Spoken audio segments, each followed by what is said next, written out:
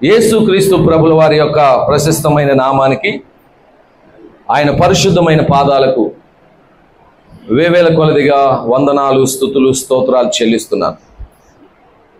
మరి స్థలంలో ఉన్న సేవకులకు, సంఘ పెద్దలకు, ఇప్పుడు వచ్చిన దేవుని పిల్లలైన మీ అందరికీ కూడా ప్రభు నామములో వందనాలు తెలియజేస్తున్నాను. దేవుని నామానికి మహిమ కలుగును గాక. హల్లెలూయా, హల్లెలూయా. మంచిది. ప్రభునందు ప్రియులారా, ఈ 2025లో గడిచిపోయిన 8 మాసాలు కూడా దేవుడు మనల్ని తన రెక్కల నీడలో భద్రపరిచి ఈ సెప్టెంబర్ మాసములో మరి మొదటి తారీఖున వాగ్దాన కూడికలో మనందరము ఆయన సన్నిధిలోనికి వచ్చి ఆయనను స్తుతించటానికి, అలాగే ఆయన మాటలు వినటానికి దేవుడు మనందరి ఎడల కృప చూపాడు. ఒక మాట చదువుకొని రాత్రి కొద్ది నిమిషాలు శ్రద్ధగా దేవుని వాక్యాన్ని వినటానికి మనందరం కూడా ఇష్టపడదాం. హెబ్రీయులకు రాసిన పత్రిక 4వ అధ్యాయం 1వ వచనం చదువుకుందాం. హెబ్రీయులకు రాసిన పత్రిక 4వ అధ్యాయము 1వ వచనం. ఆయన యొక్క విశ్రాంతిలో ప్రవేశించుదుమను వాగ్దానము ఇంకా నిలిచి ఉండగా మీలో ఎవడైనను ఒకవేళ ఆ వాగ్దానము పొందకుండా తప్పిపోవునేమో అని భయము కలిగి యుందము. దేవునికి స్తోత్రం చెప్పండి. హల్లెలూయా, హల్లెలూయా.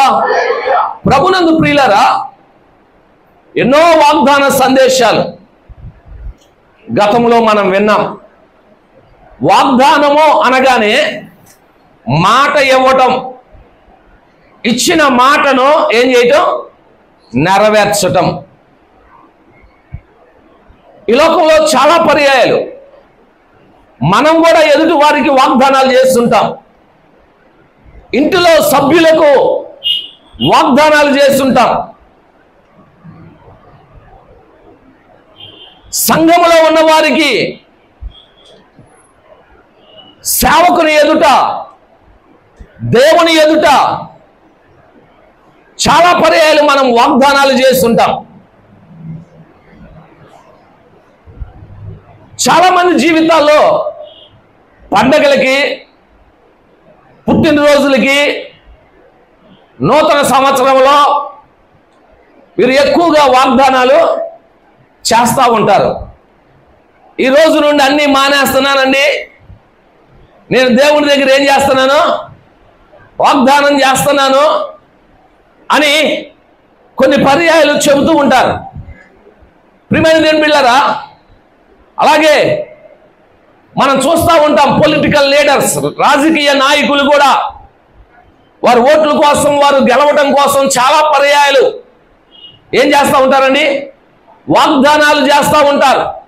మా ప్రభుత్వం వస్తే ఇదిగో మీకు ఇది చేస్తాం, మీకు అది చేస్తాం అని మాట్లాడుతూ ఉంటారు. ప్రియమైన దేవుని బిడ్డలారా, కానీ చాలా పర్యాయాలు వాగ్దానాలు ఏమవ్వండి, నెరవేర్చబడవు. వాగ్దానాలు నెరవేర్చబడవు. కానీ జీవము కలిగిన దేవుడు, సృష్టికర్త అయిన దేవుడు, మనం ఆరాధించే దేవుడు, ప్రభు అయిన యేసయ్య, ఆయన మనకిచ్చే వాగ్దానము అది ఏదైనా మన జీవితాల్లో నెరవేర్చబడాలని ఆయన ఏం చేస్తున్నాడండి, కోరుకుంటూ ఉన్నాడు. దేవునికి స్తోత్రం. హల్లెలూయా, హల్లెలూయా. నీ ప్రమేయము లేకుండానే దేవుడిచ్చిన వాగ్దానాల్లో కొన్ని నీ జీవితంలో నెరవేర్చబడిపోయినాయి, నెరవేర్చబడుతూ ఉంటాయి కొన్ని వాగ్దానాలు. కానీ కొన్ని వాగ్దానాలు అయితే నీ ప్రమేయము ద్వారానే అవేమవుతాయి అంటని నెరవేర్చబడతాయి. నెరవేర్చబడతాయి అంటే కొన్ని వాగ్దానాలు దేవుడు ప్రేమతో ఇచ్చి ఉన్నాయి. ప్రేమించి నీకు ఆ వాగ్దానాన్ని నీ జీవితంలో నెరవేరుస్తాడు. కొన్ని వాగ్దానాలు అంటాడు ఆజ్ఞలతోనూ ఏమని కట్టడలతోనూ కూడినవుగా, నువ్వు ఇది చేస్తే ఈ వాగ్దానాన్ని నువ్వేం చేస్తావంట, పొందుకుంటావు అని దేవుడు మాట్లాడతాడు. ప్రియమైన దేవుని బిడ్డలారా, ఏది ఏమైనా ఎన్నో వాగ్దానాలు ప్రతి నెల మనము పొందుకుంటూ సంవత్సరాల తరబడి వాగ్దాన సందేశాలు వింటూనే ఉన్నాం, వాగ్దానాలు పొందుకుంటూనే ఉన్నాం. అయితే అన్నిటికంటే శ్రేష్టమైన వాగ్దానం ఏది? అన్నిటికంటే శ్రేష్టమైన వాగ్దానం ఏది? క్రైస్తవ జీవితంలో, దేవుని పిల్లల జీవితంలో శ్రేష్టమైన వాగ్దానము ఏదైనా ఉన్నదయ్యా అంటే అది ఆయన విశ్రాంతిలో మన అందరము ప్రవేశించుదాము అనే వాగ్దానమే. ఏమండి? దేవుని విశ్రాంతిలో మన అందరము ప్రవేశించుదామనే వాగ్దానమే అన్ని వాగ్దానాల కంటే కూడా శ్రేష్టమైనది, విలువైనది. అది మనము తప్పనిసరిగా పొందవలసినది. ఏమండి? ఈ వాగ్దానం మన అందరం పొందాలా లేదా? ఈ వాగ్దానం మన జీవితంలో నెరవేర్చబడాలా లేదా? ప్రియమైన దేవుని బిడ్డలారా, అందుకనే మరలా మీకు ఆ మాటలు చూపిస్తున్నాను, ఆ మాటలు చదవండి. ఆయన యొక్క విశ్రాంతిలో ప్రవేశించుదు మన వాగ్దానం ఇంకా నిలిచి ఉండగా మీలో ఎవడైనా ఒకవేళ ఆ వాగ్దానం పొందకుండా తప్పిపోవునేమో అని భయము కలిగి ఉందమో. దేవుడు మనందరికీ విశ్రాంతిని వాగ్దానం చేశాడు. విశ్రాంతి అంటే ఏంటి? నిత్యత్వం. ఏమండి? విశ్రాంతి అంటే ఏంటి? నిత్యత్వం, నిత్య జీవం, పరలోకములో దేవునితో మనందరము ఉండటం. ఇది దేవుడు మనకిచ్చిన వాగ్దానం. మీరు ఇంటికి వెళ్ళి కూడా చదువుకోవచ్చు. యోహాను సువార్త 14వ అధ్యాయం 1వ వచనంలో మీ హృదయములను కలవరని పడనివ్వకండి, తండ్రి యందు విశ్వాసం ఉంచుచున్నారు, నా యందును విశ్వాసం ఉంచండి. నా తండ్రి ఏంటి అనేక నివాసములు కలవలేని ఎడల మీతో చెప్పుదును, మీకు స్థలము సిద్ధపరచ వెళ్ళుచున్నాను, మరలా వచ్చి నాతో ఉండులాగున మిమ్మల్ని అక్కడికి ఏం చేస్తానన్నాడు? తీసుకొని వెళ్తానని ప్రభువు చెప్పాడు. ప్రియ దేవుని బిడ్డలారా, పరలోకమును దేవుడు మనకు వాగ్దానం చేశాడు. అది మనకు విశ్రాంతి స్థలం, అది మన అందరము నెమ్మది పొందే స్థలం. ఆ స్థలములో నీవు నేను ఆ నిత్యత్వములో దేవునితో ఉండాలనేదే ఆది నుండి దేవుని ప్రణాళిక. ఈ వాగ్దానమే అసలు మన జీవితాల్లో నెరవేర్చబడవలసింది. భౌతికమైన వాగ్దానాలు నెరవేర్చబడినా లేకపోయినా, దేవుడు ఆశీర్వదించినా ఆశీర్వదించకపోయినా, నీ కష్టాలు తీరినా తీరకపోయినా, నీ రోగం పోయినా పోకపోయినా, ప్రియమైన దేవుని బిడ్డలారా, ఈ వాగ్దానం మాత్రం నువ్వు పొందకపోతే ప్రియమైన దేవుని బిడ్డలారా, నీవు నేను చాలా నష్టపోతాం. ఏమండి? ఏమిటి ఆ వాగ్దానం అంటే మనందరం నిత్యత్వంలో ఉండటం. మనందరం ఎక్కడ ఉండటం? చెప్పండి, ఎక్కడ ఉండటం? నిత్యత్వములో ఉండటం. ఈ వాగ్దానం దేవుడు మనకిచ్చాడు. ఆ విశ్రాంతిలో మనందరం ప్రవేశించుదామని చెప్పాడు. అయితే ఇక్కడ రాయబడిన మాట మనం గమనిస్తే మీలో ఎవరైనా ఒకవేళ ఈ వాగ్దానం పొందకుండా తప్పిపోవునేమో అని ఏం కలిగి ఉండాలి? చెప్పండి, భయము కలిగి ఉండాలి. ఏమండి? భయము కలిగి ఉండాలి. ఈ వాగ్దానాన్ని పొందకుండా ఎక్కడ తప్పిపోతామో అని, ఈ వాగ్దానంలో మనం ప్రవేశించకుండా నిత్యత్వంలోనికి అడుగు పెట్టనివ్వకుండా దుష్టుడు మనల్ని ఎక్కడికి వెనకకు లాగుతాడో అని, దుష్టుడు ఏ విధము చేతనైనను మనల్ని వెనకకు లాగి దేవునికి దూరం చేసి మనం పరలోకానికి వెళ్లకుండా ఈ లోకంలోనే ఆగిపోయేలాగా చేసి శ్రమల పాలు చేయాలని అపవాది ప్రయత్నిస్తుండగా, ఆ అపవాది యొక్క కీర్తిలో మనందరం పడకుండా ప్రియమైన దేవుని బిడ్డలారా, మనందరము ఈ లోకములో ఉండగా భయము కలిగి ఏం చేయాలంట? దేవుని సన్నిధిలో జీవించాలని దేవుని వాక్యం సెలవిస్తా ఉంది. ప్రియ దేవుని బిడ్డలారా, చాలా వాగ్దానాలు మనకు సంతోషాన్ని కలిగిస్తాయి.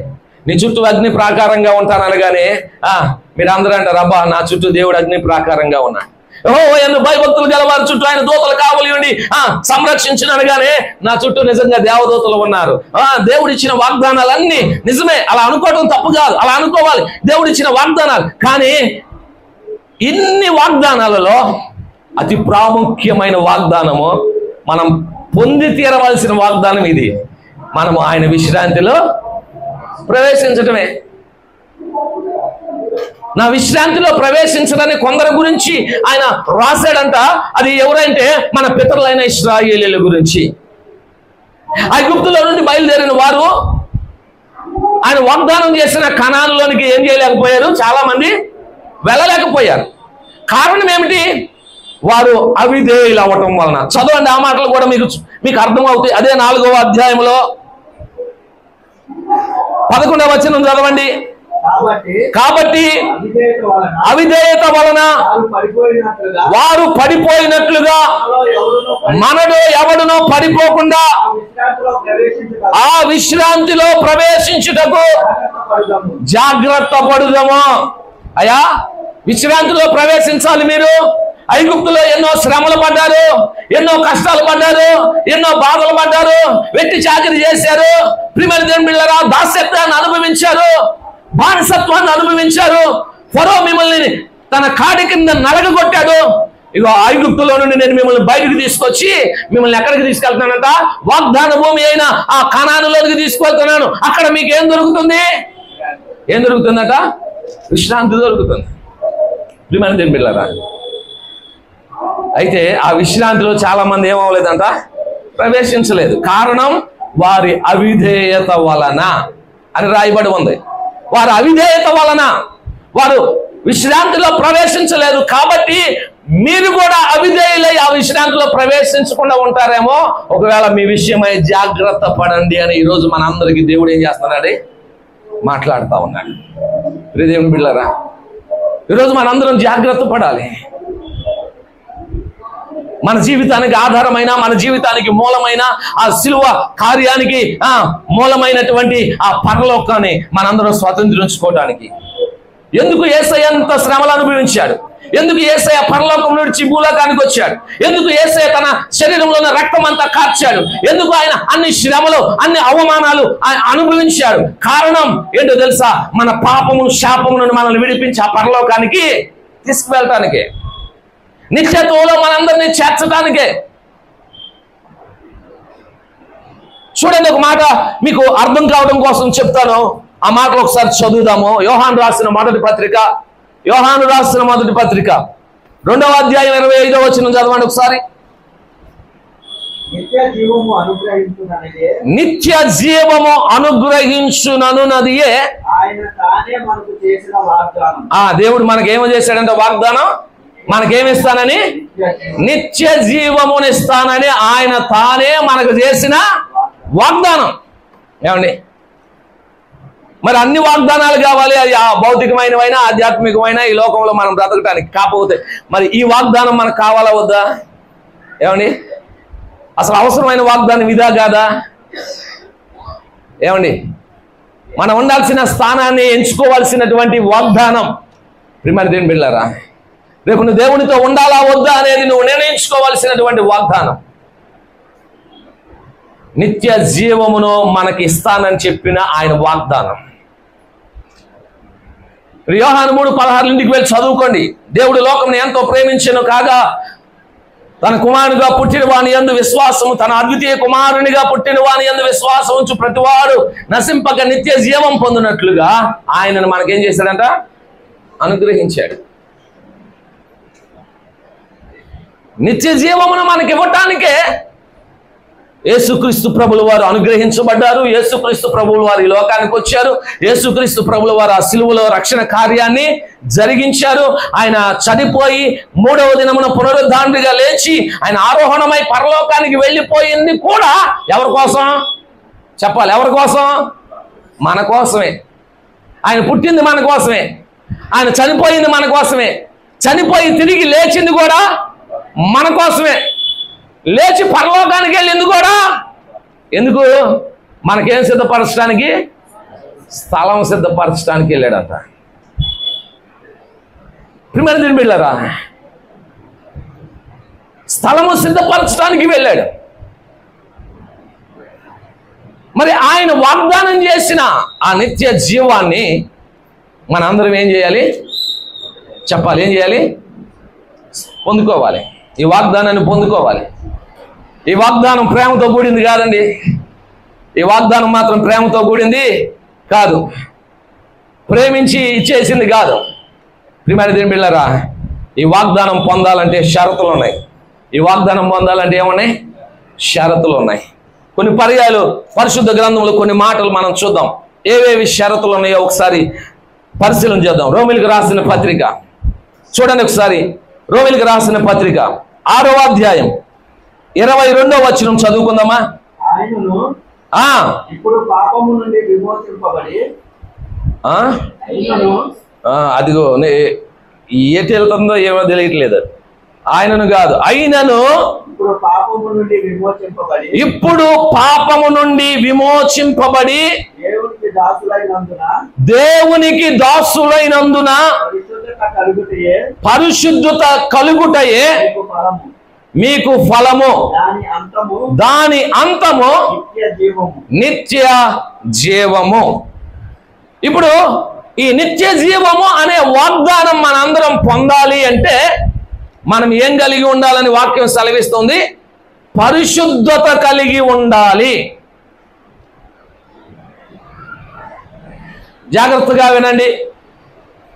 నిత్య జీవం పొందాలంటే మారు మనసు పొందాలి. నిత్య జీవం పొందాలంటే బాప్తిసం పొందాలి. నిత్య జీవం పొందాలంటే దేవుని వాక్యాన్ని శ్రద్ధగా వినాలి. నిత్య జీవం పొందాలంటే వాక్యానుసారంగా ఈ లోకములో జీవించాలి.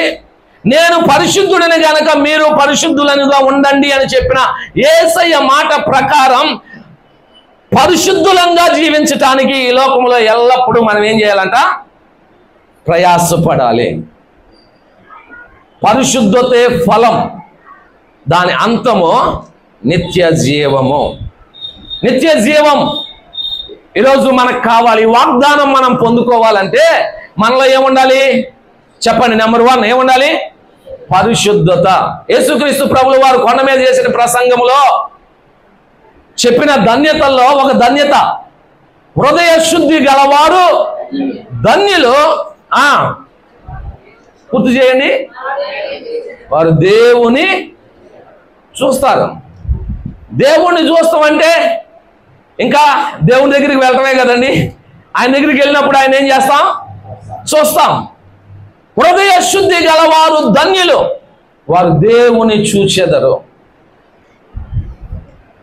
మన హృదయాన్ని మనం శుద్ధి చేసుకుంటూ వాక్యము ద్వారా, క్రీస్తు రక్తము ద్వారా, పరిశుద్ధాత్ముని ద్వారా మనల్ని మనం కడుక్కుంటూ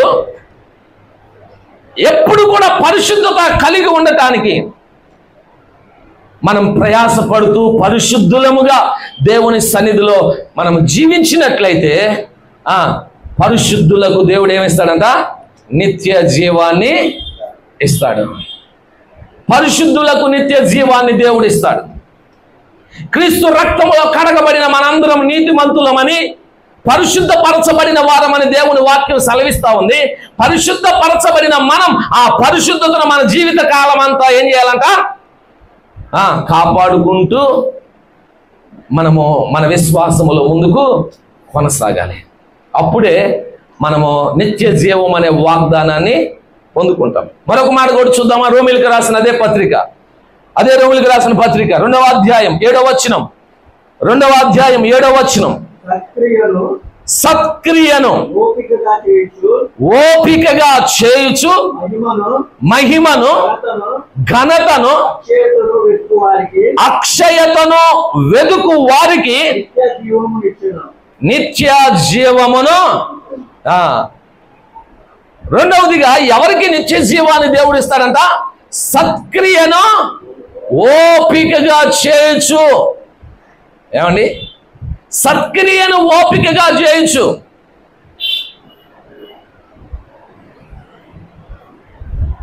నీవు మంచి కార్యములు చేసిన ఎడల నీకు హాని చేయువాడు ఎవడు అని యాకోబు పత్రికలో రాయబడి ఉంది. నీవు జీవమును పొంది మంచి దినములను నువ్వు చూడాలి అనుకుంటే నీ నోట చెడ్డ మాట పలకకూడదు, కపటముగా మాట్లాడకూడదు.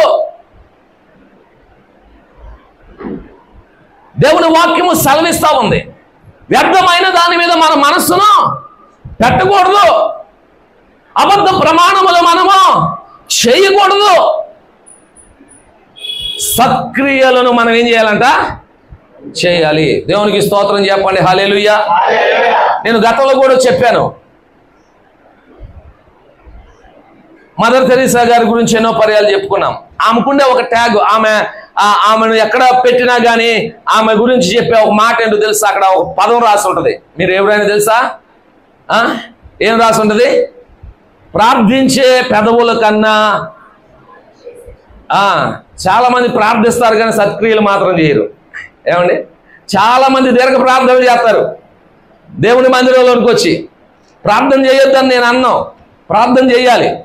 కానీ ప్రార్థన చేస్తేనే సరిపోదండి, సత్క్రియలను ఓపికతో చేయాలి. ఇప్పుడు మదర్ తెరీసా గారు ఏం చేసింది? మంచి కార్యాలే కదా చేసింది, సత్క్రియలే కదా చేసింది. తను జీవించినంత కాలం పొరుగు వారిని ప్రేమించి ఇతరులకు సహాయం చేస్తూ, మేలు చేస్తూ, ఆపదలో ఉన్న వారిని, శ్రమలో ఉన్న వారిని, అనారోగ్యంలో ఉన్న వారిని ఆదుకొని ఆదరించి పరామర్శించింది. యేసుక్రీస్తు ప్రభుల వారు కూడా అదే అన్నారు కదా, ఉపమానం చెప్పి, నేను రోగినై ఉండగా మీరు నన్ను పరామర్శించారు. నేను ఆకలితో ఉండగా ఏం చేశారంట? ఆహారం పెట్టారు. దప్పికొనగా నాకు దాహములకు నీళ్ళు ఇచ్చారు. మేము ఎప్పుడు చేశామయ్యా ఇవన్నీ నీకు అని అడిగితే ప్రభు అన్నాడంట, మిక్కిలి అల్పులైన ఈ నా సహోదరులలో ఒకరికి చేశారు కాబట్టి నాకు చేసినట్టే. ఏమండి, నాకు చేసినట్టే. ప్రియమైన దేవుని పిల్లరా, అందుకని చాలా పర్యాలు చెప్తాను, పేదలను కనికరించండి, అనాథలైన వారిని పరామర్శించండి, దిక్కులేని వారిని ఆదరించండి, సహాయం కోసం ఎవరైనా చేయజాపితే మీరు చేయగలిగిన సహాయం చేయండి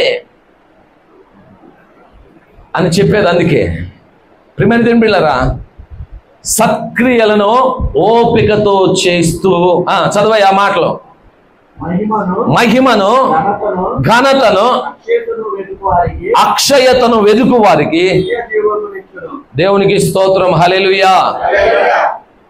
దేవుని వాక్యం సెలవిస్తూ ఉంది. మొదటిది పరిశుద్ధత, రెండవది ఏంటంటే సత్క్రియలు చేస్తూ మహిమను, ఘనతను, అక్షయతను వెతుకుతూ ఉంటే మనము ప్రియమైన దేవుని బిడ్డలారా నిత్య జీవం మనకు అనుగ్రహించబడుతుంది. మహిమ, ఘనత, ప్రభావాలు ఎవరి దగ్గర ఉన్నాయంట? ఎవరి దగ్గర ఉన్నాయి? ఆయన సన్నిధిని మనం ఏం చేయాలి? ప్రతిరోజు వెదకాలి. ప్రియమైన దేవుని బిడ్డలారా, ప్రభువును మనం కలిగి ఉండాలి. మరొక మాట కూడా మీకు చూపిస్తాను, చూడండి. యోహాను సువార్త, అదే యోహాను సువార్తలో, యోహాను సువార్త 10వ అధ్యాయం ఒకసారి తీద్దాం.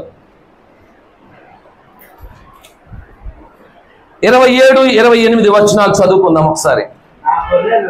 నా గొర్రెలు నా స్వరము వినును, నేను వాటిని ఎరుగుదును, అవి నన్ను వెంబడించును. దేవునికి స్తోత్రం. హల్లెలూయా. వాటికి నేనేమిస్తాను? ఆ మాట కూడా చదవాలి కదా అక్కడ. నేను వాటికి నిత్య జీవమును. దేవునికి స్తోత్రం. హల్లెలూయా, హల్లెలూయా. మూడవదిగా మనం చూస్తే ఎవరికి నిత్య జీవం? ఎవరు ఆయన స్వరము వింటారో, ఎవరు ఆయనను వెంబడిస్తారో, ఎవరు ఆయనను సేవిస్తారో, ఎవరు ఆయనను ప్రేమిస్తారో, ప్రియదేవుని బిడ్డలారా, వారికి ఏంటంట? నిత్య జీవం. వారికే నిత్య జీవం. ఈరోజు దేవుని స్వరం ని వింటున్నావా?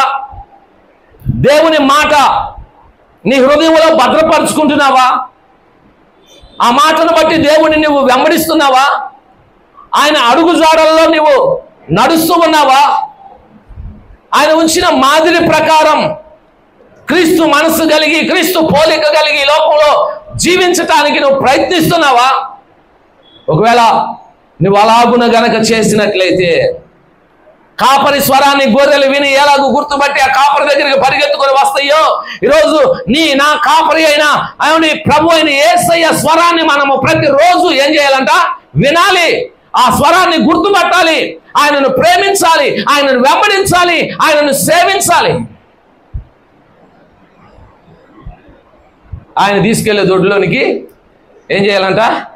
వెళ్ళాలి. గొర్రెలన్నింటినీ ఎక్కడ చేరుస్తాడంటే కాపరే. మరి మనల్ని కూడా ఆయన చేర్చాలనే కదండి ఆశపడుతున్నాడు. ఆయన చేర్చాలనే కదా ఆశపడుతుంది. మనందరం అక్కడికి వెళ్ళాలి. చాలా పర్యాలు మనం పాడుకున్నాం పాట, మనందరికి వచ్చినటువంటి పాట. ప్రేమించేదా యేసు రాజా, నిన్నే ప్రేమించేదా.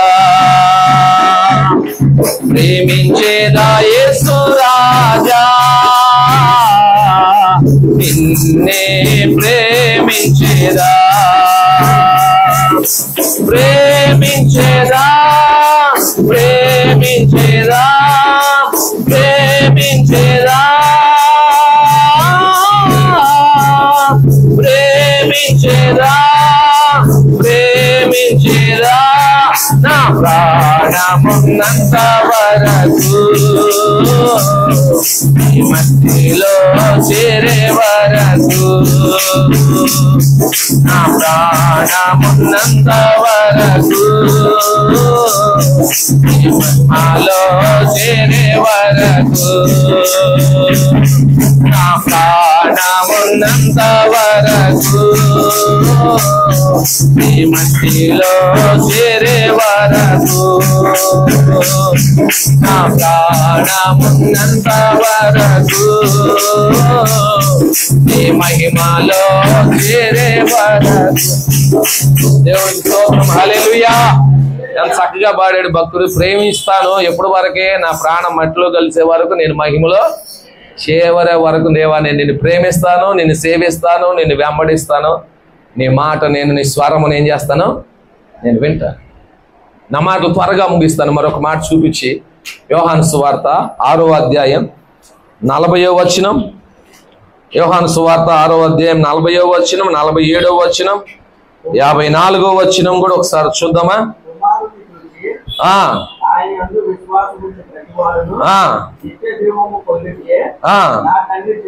నా తండ్రి చిత్తము. 47వ వచనం, విశ్వసించువాడే నిత్య జీవము గలవాడు.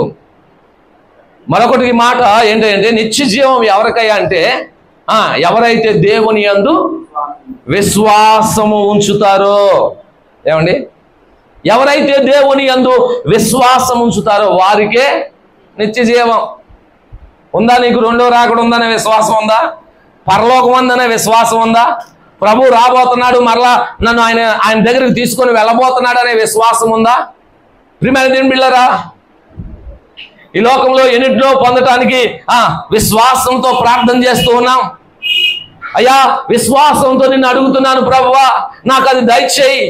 విశ్వాసముతో మీ పాదాల దగ్గర అడుగుతున్నాను అయినా, నాకు ఈ ఉద్యోగం దయచేయి, ఇదిగో ఈ కార్యాన్ని జరిగించు అని చాలా పర్యాలు విశ్వాసంతో ప్రార్థన చేస్తున్నాం కదా. మరి అలాగే అదే విశ్వాసముతో నిత్య జీవము కొరకు కూడా ఎదురు చూస్తున్నావా? కొందరికి ప్రభు రాకడంటేనే ఆలోచన లేదు, ప్రభు రాకడ గురించిన అవగాహన లేదు, ప్రభు త్వరగా రాబోతున్నాడు అనేటువంటి ఆలోచన లేదు, దాని గురించిన విశ్వాసము కొంచెం కూడా లేదు. ఏదో ప్రార్థనకి వస్తూ ఉన్నాం, ఏదో వెళ్తూ ఉన్నాం, ఏదో మారు మనసు పొందాం, రక్షణ పొందాం, పాస్టర్ గారు వాక్యం చెబుతున్నారు, వెళ్ళిపోతున్నాం అనే కానీ ప్రభు త్వరగా రాబోతున్నాడు. ఆయన రాకడ కొరకు విశ్వాసంతో ఎదురు చూడాలి, విశ్వాసంతో కనిపెట్టాలి. గృహ యజమానుడిగా ఆయన నీకు బాధ్యతను అప్పగించి, దాసులమైన మనకు బాధ్యతను అప్పగించి ఆయన వెళ్ళిపోయాడు. ఆయన లెక్క చూడటానికి మరలా ఏం చేయబోతున్నాడంట? రాబోతూ ఉన్నాడు. ఆయన వచ్చినప్పుడు ఏ దాసుడు మెలకుగా ఉంటాడు? ఆయన వచ్చినప్పుడు ఏ దాసుడు తన గృహ నిర్వాహకత్వ బాధ్యతను చక్కగా నెరవేరుస్తాడో ఆ దాసుడు ధన్యుడని దేవుని వాక్యం సెలవిస్తాం. ఏ దాసుడైతే తన యజమానుడు ఆలస్యం చేస్తున్నాడని తన ఇష్టం వచ్చినట్లుగా ఆ దాసుడు ప్రవర్తించి తన యజమానుని చిత్తాన్ని నెరవేర్చడు, వాడికి అనేకమైన దెబ్బలు ఏమవుతాయి అంట? తగులుతాయి అని దేవుని వాక్యంలో రాయబడి ఉంది. దేవుని బిడ్డలారా, ప్రభు రాబోతున్నాడు. మనము ఆయన కొరకు విశ్వాసంతో ఏం చేయాలి? ఎదురు చూడాలి, ఎదురు చూడాలి. పరలోకము ఉందంటారా లేదంటారా? మీ ఆలోచనలో ఒకసారి చెప్పండి. పరలోకం ఉందంటారా లేదంటారా? ఉంది కాబట్టి ఈ ప్రయాస, లేకపోతే మనం అందరం ఇక్కడ ఎందుకు కూర్చుంటాం? అవసరం లేదు కదా. ఉంది, కాన్ఫిడెంట్గా చెప్పాలి, ఉంది. మరి దానికోసం మనం ఏం చేయాలి? విశ్వాసంతో ఏం చేయాలి? విశ్వాసంతో ఎదురు చూడాలి. అబ్రహాం గారు ఏం చేశాడంట? విశ్వాసంతో ఎదురు చూశాడు. దేనికోసం? ఏమంటే పునాదులు గల పట్టణము కొరకు. పునాదులు గల పట్టణము కొరకు. ప్రియమైన దేవుని బిడ్డలారా, నిలువరమైన పట్టణం మనకి లేదు, ఉండబోవు. దానికోసం మనం ఏం చేస్తున్నాం? ఎదురు చూస్తున్నాం. ఇది నిలువరమైనది కాదు, మనం ఉండబోయేది పరలోకం. దాని కొరకు మన అందరం విశ్వాసంతో ఏం చేయాలి? ఎదురు చూడాలి. పరిశుద్ధత ఉండాలి, సత్క్రియలు ఉండాలి, విశ్వాసం ఉండాలి. కింద మరొక మాట ఉంది, అక్కడ రాయబడిన మాట చూడండి, 54వ వచనం. నా శరీరము తిని నా రక్తము త్రాగువాడే, దేవునికి స్తోత్రం, హల్లెలూయా. ఇంకా నిత్య జీవం, వాగ్దానం చేయబడిన నిత్య జీవం ఇంకెవరికి వస్తుందంట? ఏమంటే ప్రభు యొక్క శరీరం, ప్రభు యొక్క రక్తంలో. దీని విలువ చాలా మందికి తెలియదు. ఒక ఆదివారం వస్తే ఒక ఆదివారం రారు, ఒక వారం బలలో చేయి వేస్తే ఇంకో వారం బలలో చేయి వేయరు. ఏమండి, ప్రభు శరీరం, ప్రభు రక్తం అంటే అసలు భయమే లేదు, తీసుకోవాలనే ఆలోచనే లేదు చాలా మందికి. నువ్వు రక్షింపబడిన నీవు ప్రభు శరీరం రక్తం తీసుకోకపోతే, ఇక్కడ రాయబడిన మాట, నా శరీరం తిని నా రక్తం త్రాగివాడే నిత్య జీవం గలవాడు, అంచె దినమున నేను వాడిని ఏం చేస్తాను? లేపుతానని దేవుని వాక్యం సెలవిస్తా ఉంది. ప్రభు శరీరం ఎంత విలువైందో నీకు తెలుసా? ప్రభు రక్తం ఎంత విలువైందో తెలుసా? నీ శరీరానికి భౌతికమైన ఆహారం ఎంత శక్తినిస్తుందో, నీ ఆత్మకు దేవుని శరీరము, దేవుని రక్తము, ఏమని వాక్యము అంత బలాన్ని ఏం చేస్తాయంటే నీకు ఇస్తాయి. మేము ఊరకే ఇస్తున్నామా? ఏమని చెప్పండి, ఊరకే ఇస్తున్నామా? ఊరకనే ఇట్లేదండి. అంతకుముందు నెల నెల ఇచ్చేవారు, ఈ సంవత్సరం నుండి వారం వారం ఎందుకు ఇస్తున్నాం? విరివిగా మీరు ప్రభు బలలో చేయి వేయాలని. వారం వారం కూడా మనం ప్రభు పాదాల దగ్గరకు వచ్చి పరీక్షించుకొని మనల్ని నూతన పరుచుకుంటామని, ఏమని ప్రభు రూపంలోనికి మనం మార్చబడతామని, ప్రభు శరీరం రక్తాన్ని తీసుకొని మనం బలం పొందుకుంటామని. అంతేగాని ప్రియమైన దేవుని బిడ్డలారా, ప్రభు శరీరం, ప్రభు రక్తం అంటే అవి చిన్న విషయం కాదండి. అవి మనల్ని నిత్య జీవానికి చేర్చేటువంటివి, నిత్య జీవానికి చేర్చేటువంటివి. దానివల్ల నిర్లక్ష్యము ఉండకూడదు, దాన్ని తీసుకోవటానికి అలక్ష్యము చేయకూడదు. ప్రియమైన దేవుని బిడ్డలారా, ప్రభు రక్త మాంసాలు పాలువారం అవునట్లుగా రక్షణ పొందటానికి కూడా ఏం చేయకూడదు అంట? ఆలస్యమో చేయకూడదు. ఆయన శరీరమును తిని ఆయన రక్తమును త్రాగే వారంగా మనందరం కూడా దేవుని సన్నిధిలో ఉండాలి. అటు వారికే నిత్య జీవం. మరి క్రమంగా మనం బలలో పాలు భూములు పొందుతున్నామా లేదా ఒకసారి ఆలోచించాలి. క్రమంగా బలలో పాలు భూములు పొందుతున్నావా? వచ్చి ప్రభు పాదాల దగ్గర నేను పరీక్షించుకొని, నేను పరిశీలించుకొని, ఆత్మీయ జీవితాన్ని కట్టుకొని ప్రభు బలలో చేయి వేసి ప్రభు రూపంలోనికి మార్చబడినట్లుగా, ఆయన మనసు కలిగి ఉన్నట్లుగా ప్రతి వారం నువ్వు పరీక్షించుకుంటున్నావా? ప్రభు రూపంలోనికి మార్చబడుతున్నావా? మీకు ప్రభు శరీరం, ప్రభు రక్తం ఇచ్చేటప్పుడు చాలా పర్యాలు మేము ప్రార్థన చేసుకుందామని చెబుతాం. ప్రార్థనను కలుమూయంగానే కొంతమంది చేయి పెడతారు. కనీసం పరీక్షించుకోవడం ఉండదు, పరిశీలించుకోవడం ఉండదు. ఎప్పుడు పాస్టర్ గారు వచ్చి చేతిలో పెడతారా, గుడుకుని మింగేద్దాం, ఇచ్చేది తాగేద్దాం అన్నట్టుగా ఉంటుంది. ఎవరో అన్నారు మొన్న, ఇస్తున్నారు కానీ సాటలేదంట.